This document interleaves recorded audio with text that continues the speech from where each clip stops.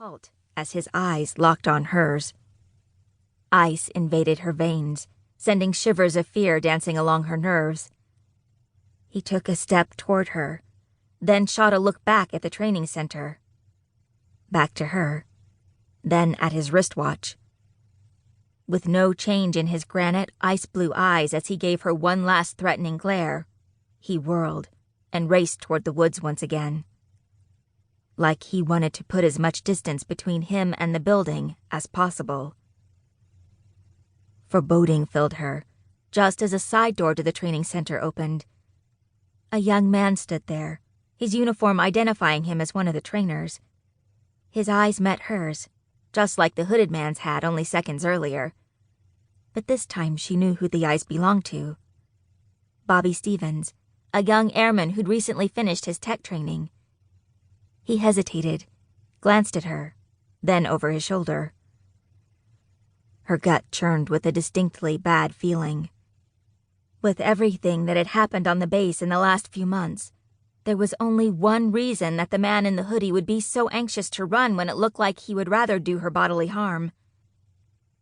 She started backing away, her feet pedaling quickly.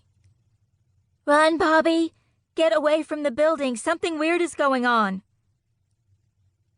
Bobby hesitated a fraction of a second, then took off toward her, looking determined to catch up with her. Her footsteps pounded as she put distance between her and the building and the man behind her.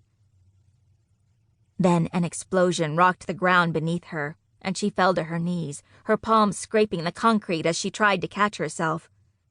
Rolling, Heidi held on to her screams and looked back to see part of the building missing and fire spurting from the cavernous area. And Bobby Stevens lying sprawled on the ground.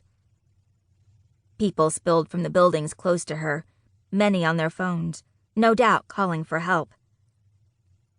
Heidi managed to get her feet beneath her and scrambled to stand. She raced back to Bobby and dropped beside him, wincing as her knees hit the concrete. Already she could hear the sirens. Calling on her past first aid training, Heidi pressed her fingers against his neck and felt a steady, if slow, pulse. He had a laceration on his forehead, and his wrist hung at an odd angle. His lids fluttered, then opened. His brows dipped, and he winced. "It's all right, Bobby," she said. "Help is on the way." "What happened?" "The building exploded, but you're going to be okay." "Exploded? Why?" His eyelids fluttered. "Hurts." He tried to roll and groaned. Heidi pressed her hands to his shoulders. "I know. Just be still." "Hold my hand, please," he whispered. "I'm cold." She slid her fingers gently around his uninjured hand. "I'm here," she whispered. "Just hold on." Bobby's eyes closed, but he continued to breathe shallow, labored breaths. "You're going to be all right. Just hang in there." In seconds, she felt hands pulling her away. First responders had arrived. Heidi backed up, keeping her eyes on the now unconscious man who'd reached out to her as though she could save him. "Are you all right?" the paramedic asked her. She focused on the figure in front of her. Yes. I was farther away from the blast. It knocked me off my feet, but nothing else. I just ran back to check on Bobby."